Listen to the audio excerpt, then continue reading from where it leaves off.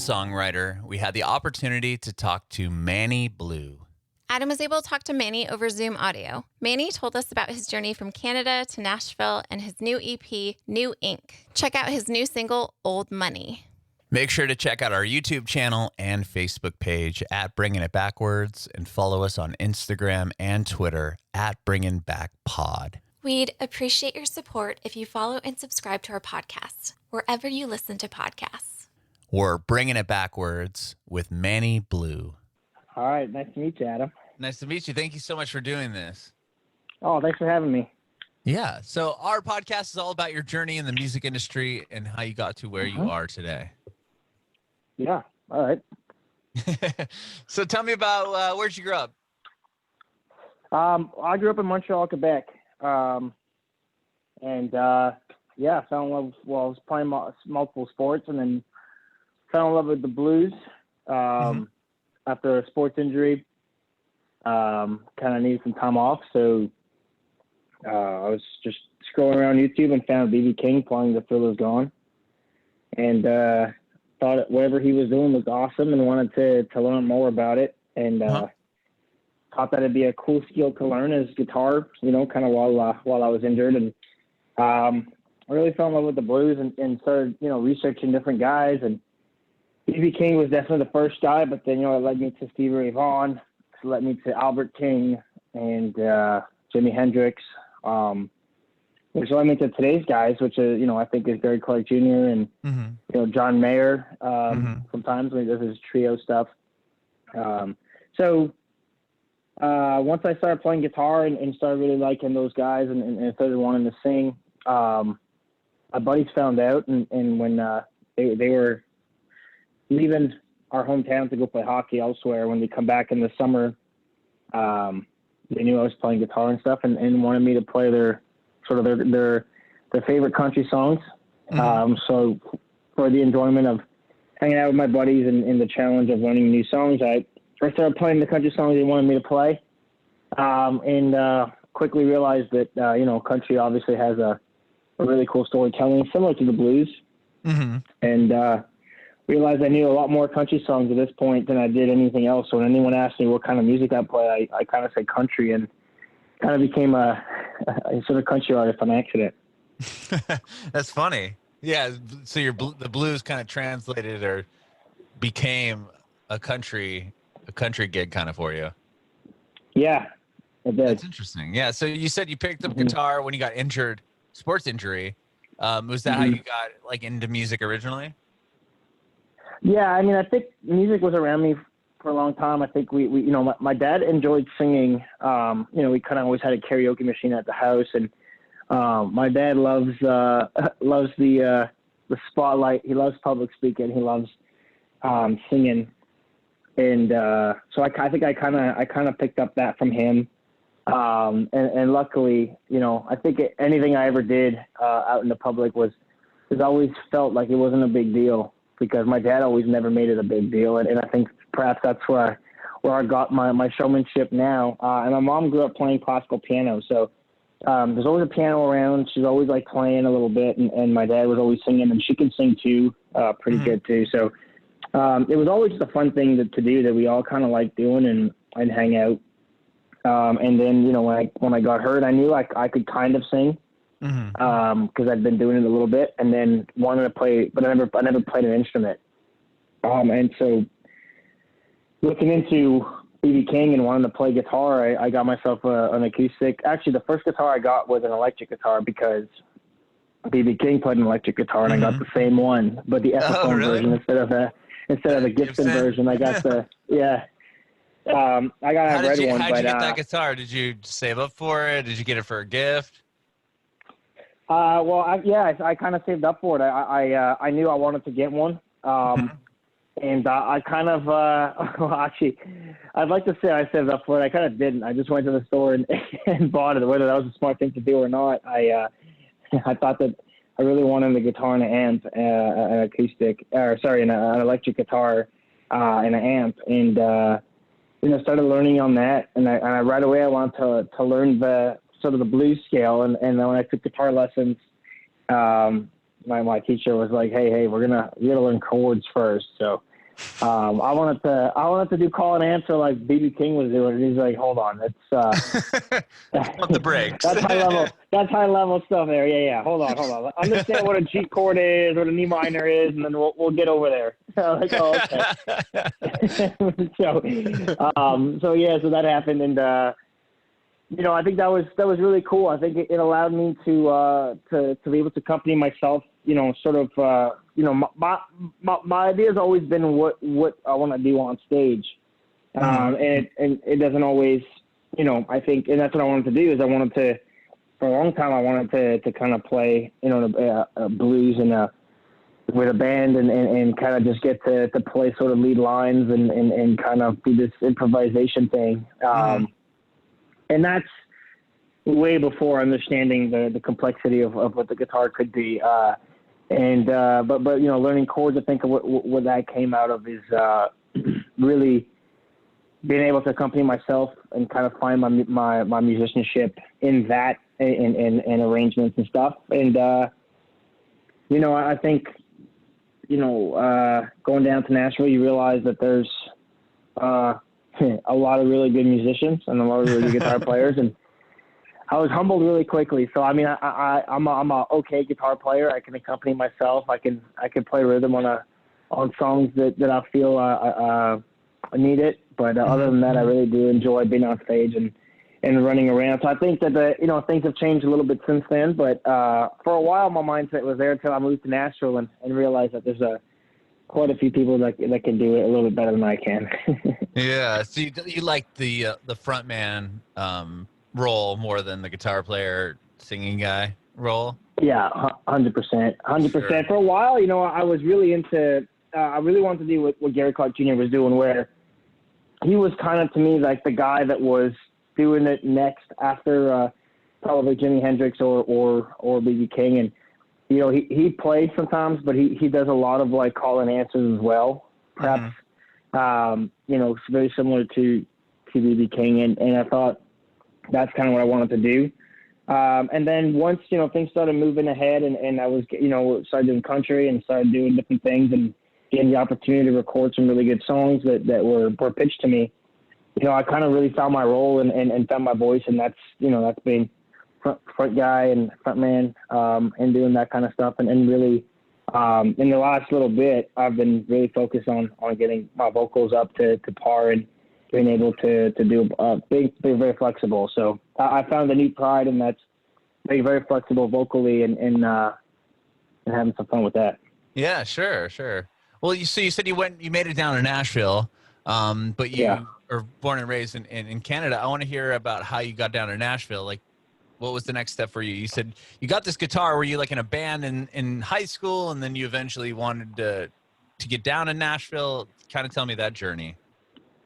Yeah, well, I bought the guitar, and I think blues and jazz at times can, depending on how you look at it, can go hand in hand, and that's got a pretty good community here in Montreal. And thought that maybe here or New York might be a spot to that'd be really cool to check out. Got the opportunity to that was really really early on. As I was getting good, I was trying to, you don't really know where to go as an artist. You kind of just try to plan out what you think is the right moves. And luckily, I was able to meet a man named Jim Cressman, who is an awesome dude up here in Canada, and he got me in contact with a publisher down in Nashville called Olay, which I believe is now Anthem, and put me in touch with a guy named Jill, and he sent me some songs. I met with him, sent me some songs, and they helped me set up the whole studio process down in Nashville, and I got to go do that in 2 shots. In the summer of 2018, I did 4 songs in June and 3 songs in July. And within that time, I was able to meet my now manager, Nathan, from he was running he still has a development company called 0 to 60, which at the time was huge for me because I'm a guy from Montreal who I didn't really know what else to do. I figured Nashville would be the move and a place I would try to hit up at some point. I didn't, it happened a lot quicker than I thought. But I was lucky enough to be able to, record down in Nashville and do the Nashville thing of going out and meeting people. And I was able to meet Nathan, and he says, hey, if you want to do this thing I would be willing to work with you. And if you want to do this thing for real, you got to kind of make the move down here. Mm-hmm. And so what does that look like? And I'm like, well, I got one more contracted show here in Montreal that I got to do. And then literally the week after that, I had been I moved down. My parents came. I moved down on Friday, and my parents came for the weekend, hung out in Nashville. Wow. They left on Sunday night, and Monday morning I woke up in Nashville, and I was like, well, here we go. This is what we're doing. So, I mean, I wouldn't have done I could not have done that without the help that is Nathan and his team down in Nashville at 0 to 60.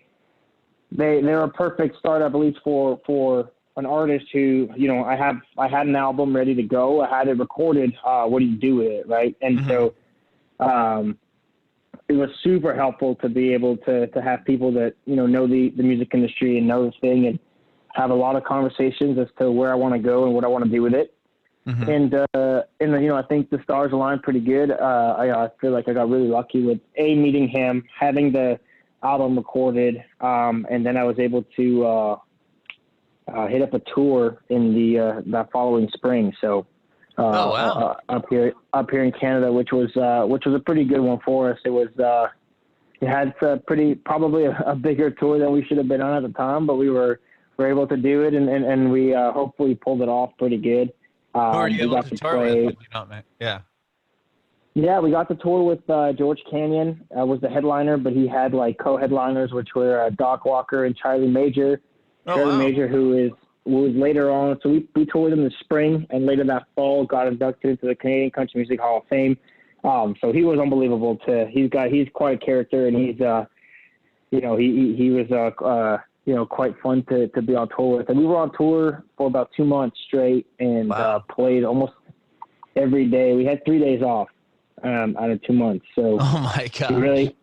I really got to work our stage show really well. Was that your first major tour? Yes. Oh yeah. Okay. Yeah. I've been playing some shows here in Montreal, and I had a band here for a little bit. And then when I went down to Nashville, obviously couldn't take them all with me. Mm-hmm. And so I said, hey, I'm going down to Nashville. So yeah, kind of, in a way of like, y'all can follow if you want, but I mean, I don't know. I gotta go do my thing, and they all got steady gigs here, so I think they were like, all right, cool, man.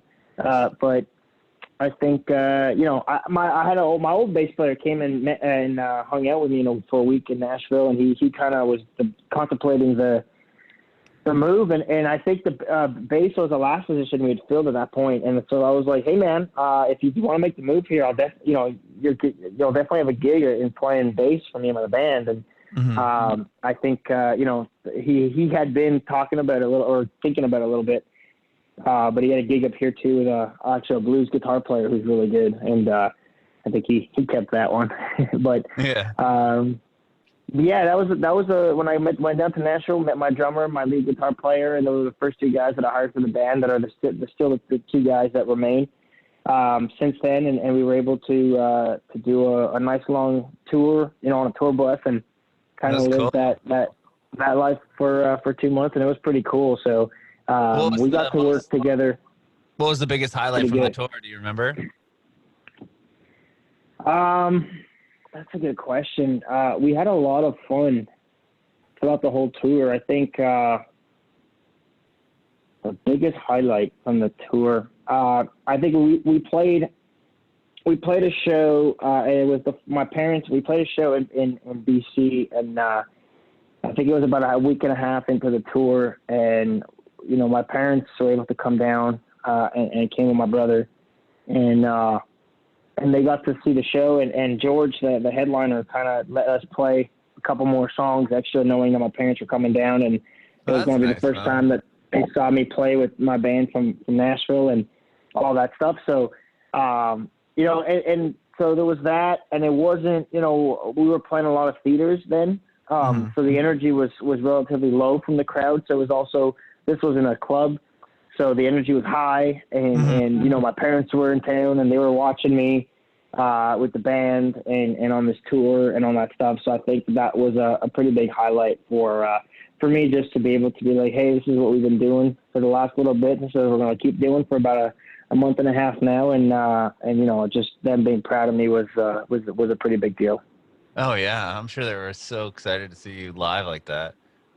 What an experience. Yeah. Was that on the Leave It Like It Is tour? Like, were you touring on that release? No, the Leave It Like It Is tour was our own tour that we got to do because of this. So this was a hit after hit tour with George Canyon. He called it hit after hit, and because of that tour, we were able to do our own sort of smaller headlining Leave It Like It Is tour that fall. And then you did that. Was that in Canada as well? Yes, it was. Yeah. Cool. That's awesome. And you have some new music out now as well. I do. Yes, I do. Tell me about the new songs. Yeah. So the new songs, I think definitely. Old Money's the latest song that we have out now. Born to Ride came out about a month ago. Definitely a really proud project. You know, I think after we played close to 70 shows last year, and you know, 1 year being into Nashville, and I got to learn a lot. I got to understand exactly what I want to do. You know, and being on the road and playing my first EP, I understood what worked and what didn't work, or just what I preferred to have been doing. And I think that blues influence wasn't there in the first album. I think it was a lot more pretty much the top 40 stuff that my friends were listening to and how I got into country music. And I think that was sort of my example of as to what I thought country was. And after having been in Nashville, I realized that, you know, country could be so many different things, and you know, you have the ability to add in different influences, because I think at this point in time, I think country is really a community and an understanding that country is storytelling, more so than almost anything else. So, you know, I think as long as you've got that and the song is well written, I think you can add different sonic influences, which to me is, you know, rock and roll and blues. And I think that this album shows that pretty good, and you know, I was really excited to put this one out. And is this going to be a full record, or is it part of an EP? No, this one's an EP. An EP. We're already starting to work on the next project, which I think is going to be, you know, just solidify, you know, my sort of stamp into what I want to do. But this is an EP. It's a 5-song EP. We're going to have 3 singles out of the 5. But I mean, I think I'm so excited about all 5 being out. And, you know, we were talking about which ones should be singles, and quite frankly, I didn't really care. I think all 5 could be singles. I think it was just a matter of how we want to walk the listener down to the new album, you know, compared to if you listen to the first album compared to the second album, or EP, I should say, is significantly different. So we wanted to carefully walk that down in an intelligent way, but still giving credit to each and every song. So Old Money is out, and it was one of my favorites of the demos that I'd heard. Written by my producer, Aaron Eshuis. He had a hand in writing the song, so it makes it really easy. You know, you can go to the producer and say, hey, I'd like a little bit of that artist, a little bit of that artist, you know, kind of that thing. But when the actual guy who's putting your album together wrote a song that I thought was right down the middle of exactly what I wanted to do, I think was made it really easy to be like, hey, you know what you did on that song on Old Money? Just like do that on the whole album. And he's like, got it. So it worked out really well. It was really easy to go ahead and kind of vocalize what I wanted for this record, because I wanted it to be significantly different than the first one. Just, you know, that record was fun to tour with, but I think that, you know, my band are all guys from rock music. They were in a band at one point together in a rock band, and you know, we play loud. I love to sing loud. I love to be loud, and I thought that our music should probably match the vibe and the intensity or the fun that we have on stage. So, I think this album definitely does that. That's great. Is it like strange putting out these songs when you can't like physically go out and play a show? Yeah, a little bit, a little bit. That was the thing, is we had this one done in October of last year, and we were putting out the deluxe album, the deluxe version of the old album in February. So we're trying to find a time where it would make sense to put this one out. Mm-hmm. Obviously, in the whole heat of early COVID quarantine thing was not the right time, we thought, for us. So, there came a time where we just said, hey, I think now is it. And if we just line this up correctly. And my main thing was I wanted the release to do the songs in the EP justice, because I was really proud of these 5 songs. And I didn't want to kind of rinky-dink it and just kind of put them out and not really have the care behind it. And, the response you've been getting on it has been really cool. I've been really happy with the sort of responses that we've been getting. So I think that we did it the right way. And I'm really lucky for my team down in Nashville that helped me out with this. And we were really able to put this one out the right way. And we're kind of in the middle of it, because, we only have 2 singles of 3 out, and the album comes out in November. Oh, okay. Wow. Very exciting. What about like live streams and stuff? Have you been doing those to promote the single? Yeah. I mean, I think we've been doing quite a bit of those. We started this thing called the Blue Crew Happy Hour, which was designed for live shows and tours, kind of on an off day where we can kind of go into just about anywhere. We're pretty self-sustaining as far as gear goes, where we can literally post up in any brewery or bar or venue that will kind of allow us to play and kind of, do our stripped down show. And we team up with local artists.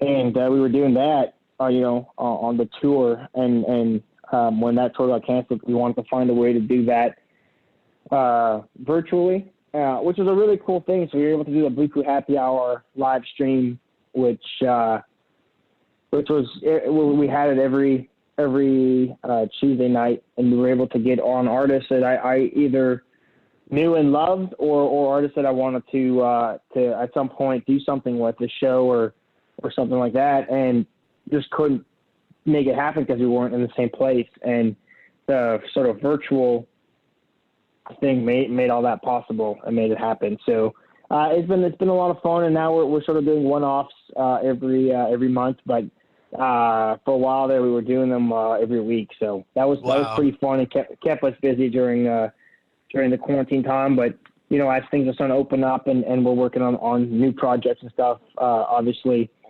we don't have that time as much anymore, and we're trying to keep up with everything that's going on and be responsive to what's going on, as well as being responsible. But so we're going to do another one here in September, and I've been playing the old album, on there, and acoustic, and playing some of the new stuff that people can hear. So I've been trying to do as much of that as we can, and having fun with it.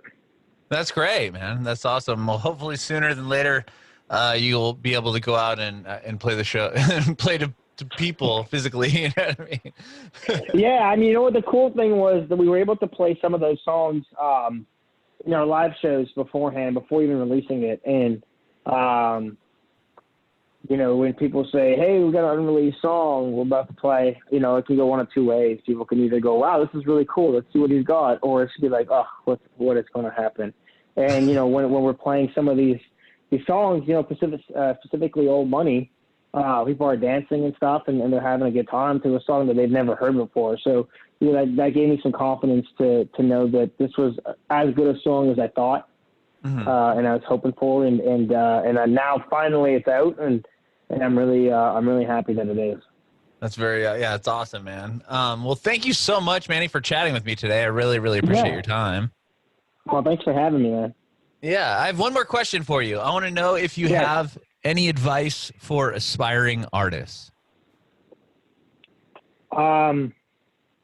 my advice would be, dedication, and hard work, and building a community around you that is supportive, but also a community of other artists and songwriters, perhaps, that are all working towards the same goal. It obviously isn't easy, and there's a lot of ways you can go about it. There's no right way, but working hard and being honest, but to yourself, and really wanting honest advice and opinions can go a long way, because I know that sometimes it could be, it could be heartbreaking, but take the heartbreak for what it is. If you wrote a song you think is good, and if you want honest advice, if it's not very good, then be told, and fix it. But there's no other secret ingredient besides just hard work and determination, and really understanding what your niche is and what you want to do, and just going ahead full force with it.